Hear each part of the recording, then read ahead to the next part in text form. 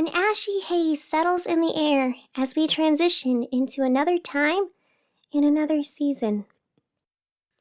The smell of mist and possibility fills the air. Lights flicker like phantoms in the distant fog.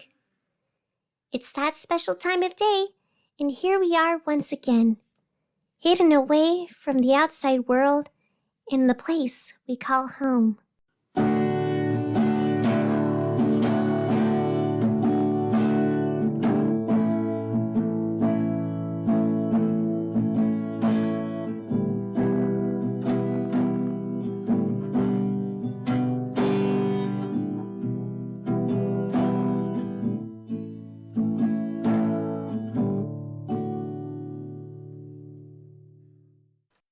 Hello and good evening, ladies, gentlemen, and all other non-binary finery.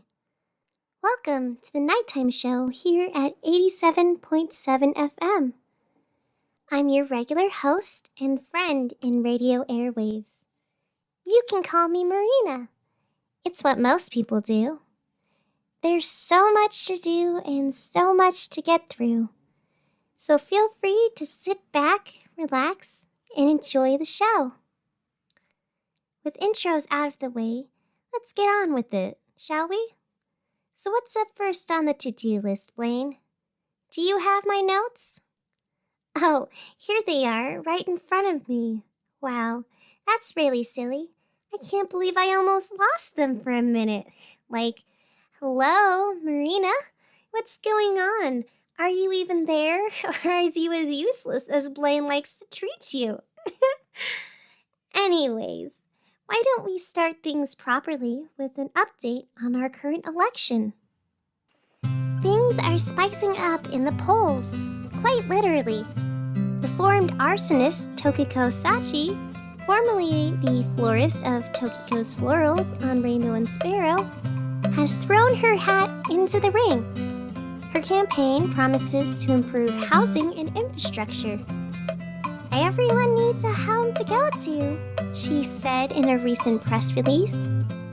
People need homes where they can hunker away, be far from the flow of traffic, and not get in my way. This way, it'll be a lot easier to throw Molotovs up and down the streets like it's Christmas with the Mafia. There was much debate from the reporters in attendance at the press conference if something should be done about Tokiko and her confirmed arson habits. But when really discussed, the reporters decided that it would be too much headache to deal with past crimes. And, I mean, she's trying so hard to be good, might as well let her have her fun. I mean, who among us have not been arsonists at one point or another, right? At least that's what one really well-dressed reporter in a very smart-looking pink blazer said. Everyone agreed, and why wouldn't they? She looked so good and professional in her little suit with her nice dark space buns. Also, that person was me. I said the thing, and I also looked really nice. You all should know about that. Yeah. In other news, her opponent, Solomon Kane, responded by continuing her campaign rally, which is currently giving away free lentil soup to those in need and doing tarot card readings in the same area. It's delightful and everything, and spirits are being lifted, but whatever. Good for her, I guess. She may be feeding people, but is she really as great as our sweet little garbage bear? We'll just have to wait and see.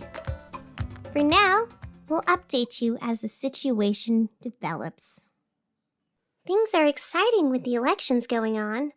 Willow Way is abuzz with politics, banners are decorating our streets, and Blaine is staring at me again with a cryptic expression while they scribble things in their notebook. Interesting. Care to explain what's on your mind, friend? No? All right, then. I don't know why I would expect you to say anything. I guess I thought we were just, companions, roommates, friends. But whatever. They only say nothing and hand me a financial report to read. Well, all right then, weirdo. I guess this is nothing new with you and me. So I'll just do what I normally do and leave you alone, like you want. And in the meantime, I'll do my job over here and take a look at this very important paper.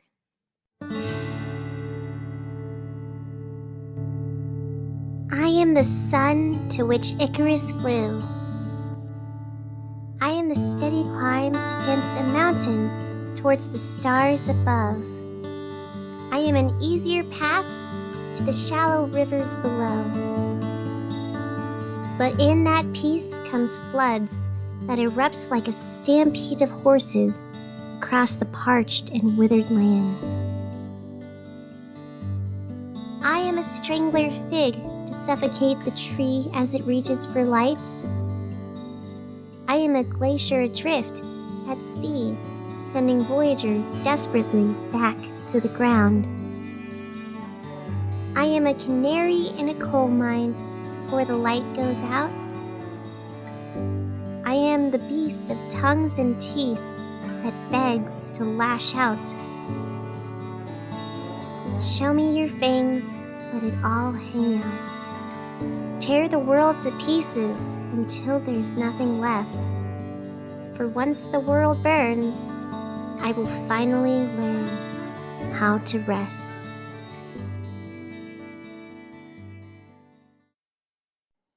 What do you mean that's not the right financial report, Blaine? I'm pretty sure that's exactly what the paper says. Come on, how long have I been doing this? At least a day longer than you have. Don't look at me like that. Look, I'm not completely incompetent and bad at my job. You can trust me with a few things. Can't you?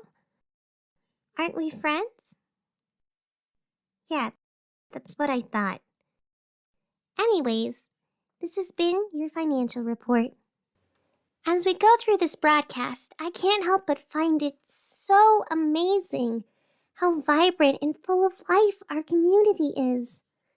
So many things are going on, and we're all buzzing about it like little flies around a rotting carcass. It's certainly something to see. For now, oh, hello. We have a guest in the studio.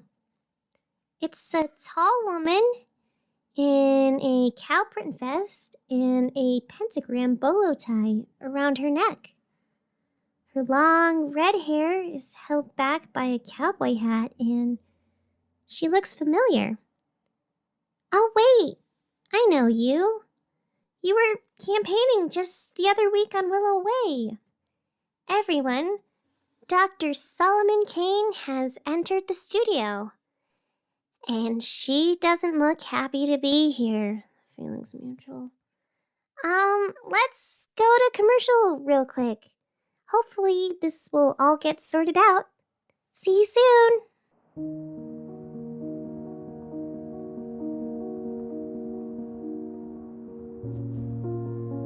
Moon over the ridge. A painful life rests behind. He runs down the path.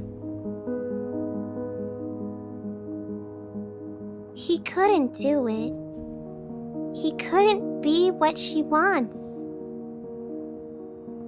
He runs down the path.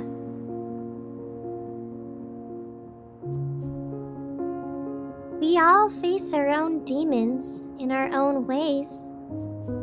Sometimes it involves other people. Other times, it doesn't. Did you remember to ask before you inserted yourself? Did she even say anything before she tried to help? It's hard to know when you're too much, but don't worry, it'll all be over soon. This message was brought to you by the Wisteria Institute. Troubles, pains, and insecurities all fade away whether you want them to or not. Don't worry, we'll see you soon.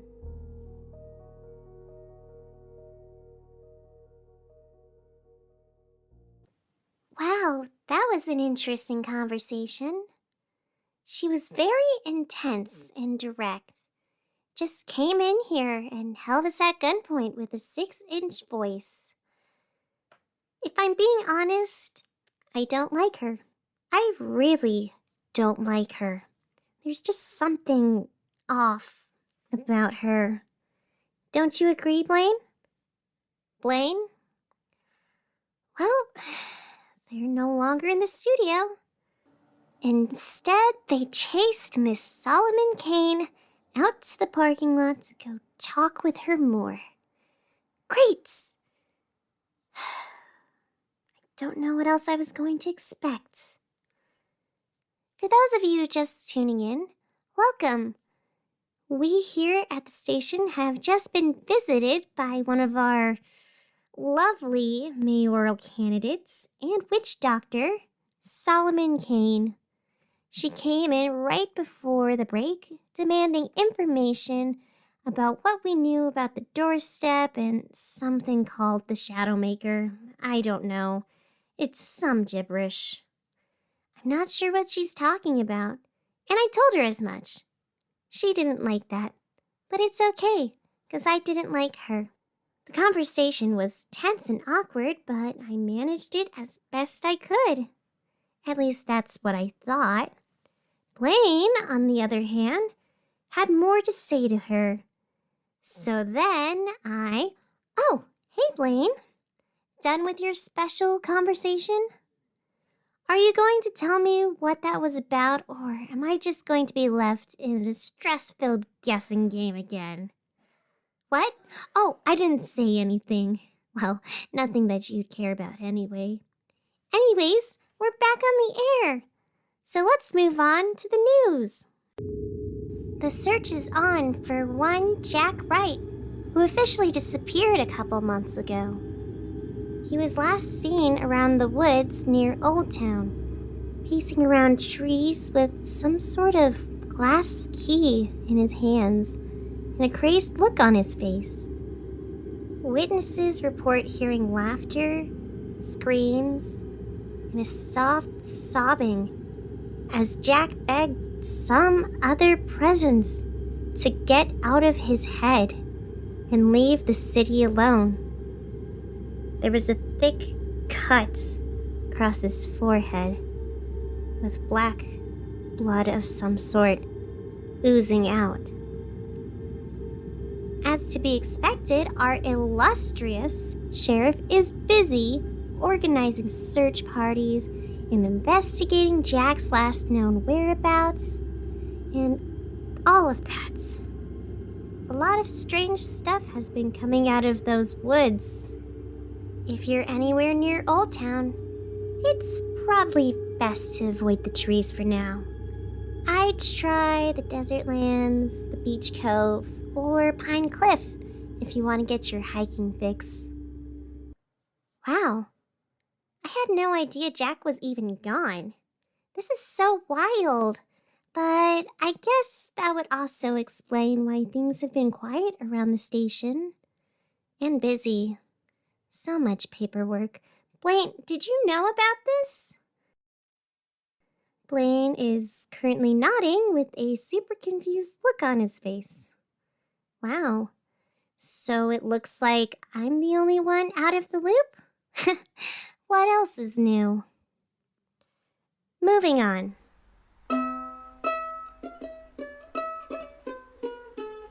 Barry's blacklight bowling and go-kart racing experience has officially been closed. According to Barry, it's just become too difficult to keep up with all the finances and demands of running a new and innovative business. Also, there were too many injuries, as bowling balls ended up going onto go-kart tracks and cars accidentally rolled into bowling lanes. As it turns out, it's pretty hard for anyone to see where they're going or what they're doing in pitch black, even with the faint outlines of glow-in-the-dark paint to help. At this time, we don't know how much this will affect the community, although we did receive word from the glow-in-the-dark dinosaur museum on the matter. All they had to say was, "Ha! Glow-in-the-dark isn't as easy as you thought it would be. Get on our level next time." After that, there were many high fives and air horns passed around. Amusing, to be sure. In other news, spring cleaning has begun once again. City sanitation services are asking all residents to be prepared for a trash pickup and recycling on the 17th. Please make sure that all of your pickups are sorted into recyclables and others. For a reminder, things that can be recycled include paper products, aluminum goods, glass, half-remembered dreams, and ideas that sounded like they'd be good for a book, but won't ever go into a finished book because it's been 2 years now and you've yet to finish the manuscript. Like, seriously, Aaron, what are you even doing? You talk more about writing than you actually sit down to write. When are you gonna let it go? If it was going to happen, it would have happened by now. Don't you know that? Anyways, be sure to have your bins out and correctly labeled so we can all keep our city streets clean and orderly. City sanitation services want me to remind all of you that it's our duty to keep the city nice and clean for everyone here. We are the building blocks of the community, so it's time to step up and stop clinging to the filth that is holding us back from all we can be. Aaron. Anyways, this is all for news. I have a treat for all of you. So many have written in asking about what Blaine's up to these days. Surely they can't be done with all the mysteries the city has to offer. There has to be something else they're doing, right? Well, as many of you have guessed, the answer is yes. It's Blaine. Do you really think they're just gonna stop digging into things? It doesn't matter how dangerous it gets or how the people who claim to love and care about them beg them to stop. They're just going to keep going. It's all that matters. It's all they ever seem to think about. Luckily, they feel like sharing a little bit of what they're working on with all of us. And so, I have an excerpt of sorts from the former mayor's journals. Blaine, how did you get a hold of Celine Judas's personal records? Who are you talking to? No answers? All right then, I guess I won't ask questions. I'll just read what's in front of me, because this is the slight illusion that I'm given to be allowed to participate in the journalism that defines my career. Anyways, let's see what Blaine has graciously provided for us today.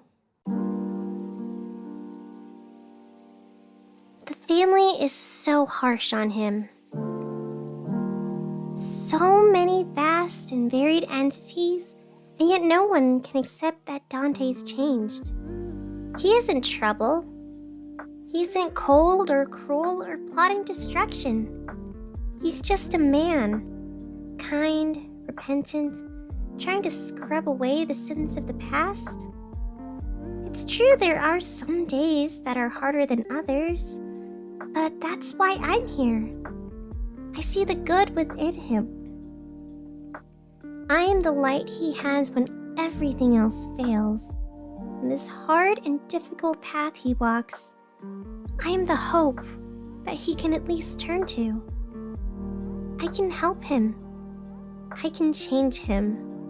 He's already changed so much. We've built our home together here, a sanctuary for outcasts and all looking for a new start. He's already done so much for all the others in this city.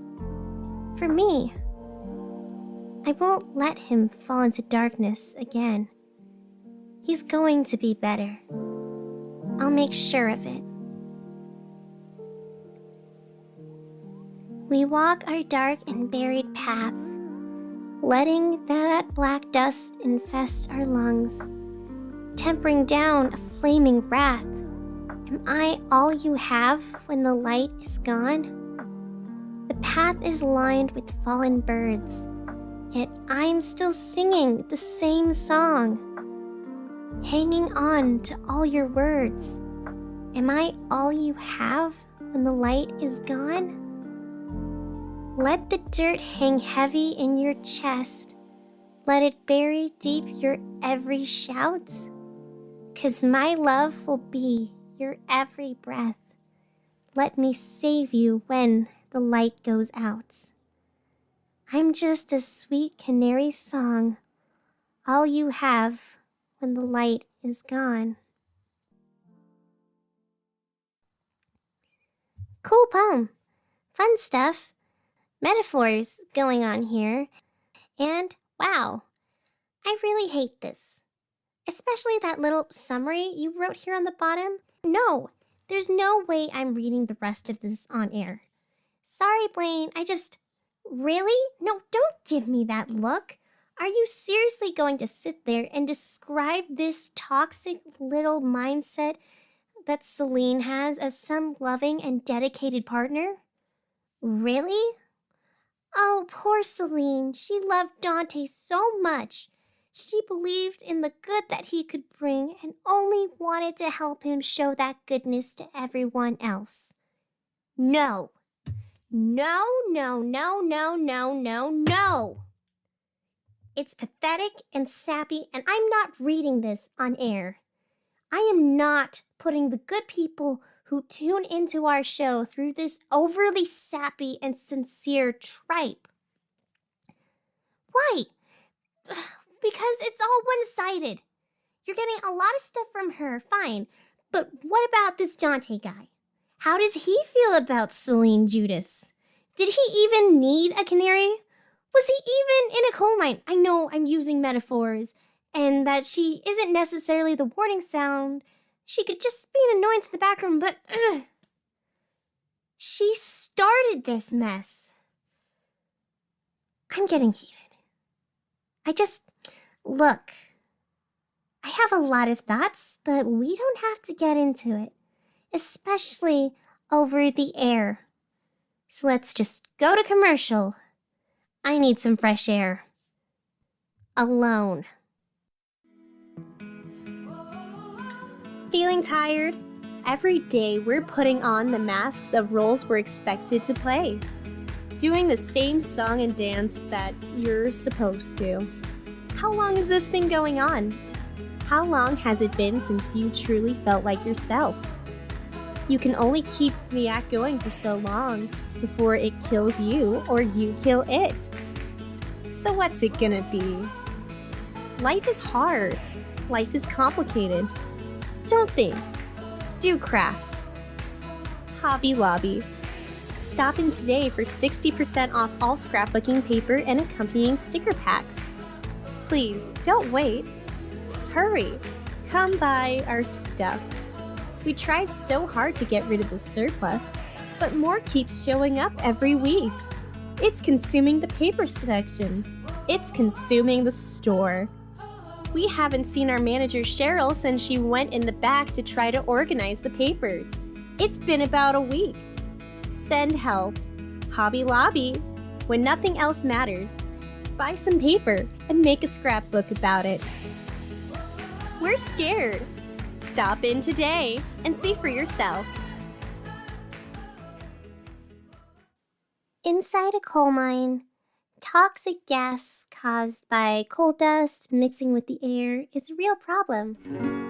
Once this poisonous gas gets to the miners working there, they die. So it's important to be able to tell when the toxic gas is getting loose in uncontrollable amounts. And that's what the canary's for. Miners used to carry birds with them into pitch black, and the birds would sing until the toxic gas comes. Then the bird dies, stops singing, and miners can safely get out before it's too late. It can be seen as a valiant sacrifice, you know? If you're actually trapped in a dark underground place where death is an option, it's a blessing to have. But sometimes people aren't in a pitch black mine trying to dig their way out.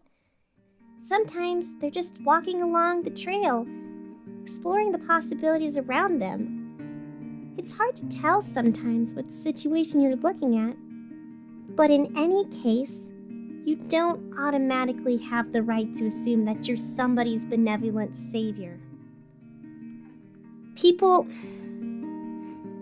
Some people just don't understand that. They see you trying to live your best life, struggling with challenges, and they just assume they automatically know how to help. They'll throw their whole heart and soul into doing what they think is best, sacrificing everything in the name of the narrative written in their hearts. Lucien was like that. He did everything in his power to give me a big, beautiful life. He's probably still out there somewhere, sacrificing everything to save this girl that he fell in love with. And you know what? Maybe that's sweet to someone else. And maybe that's the most romantic thing in the world. But I'm not that girl. And it's not what I want. Maybe I'm a lot more than a helpless little flower who's too gentle to see anything scary. But what would you know about that, Blaine? After all, you're the famed journalist that broke Bella Jewel's story to the city.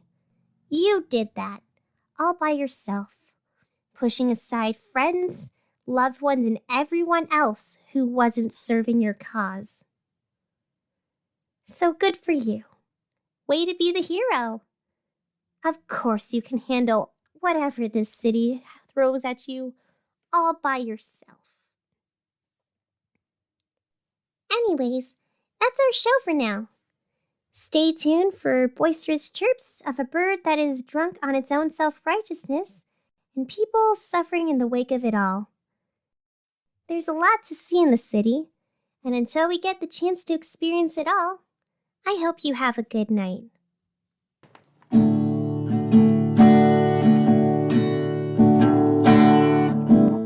Dream Girl City is a production by N.J. Schulze. It was written, produced, and acted by N.J. Schulze. The poem for today was Canary in a Coal Mine by N.J. Schulze. Have your own poem that you'd like to hear? Have your own theories, comments, or more? Email this to DreamGirlCityRadio@gmail.com. Want to support our podcast? Well, consider the ACAST support feature over on Anchor, or if you would prefer a non-financial contribution, rating and reviewing us on wherever you're listening and sharing us on social media is a big help. We grow through word of mouth, and everything you contribute is helpful in every way. Thank you so much for tuning in with us week in and week out. We hope you'll continue to be along for the ride. But until next time, just remember, when it starts to snow, there's no place to go.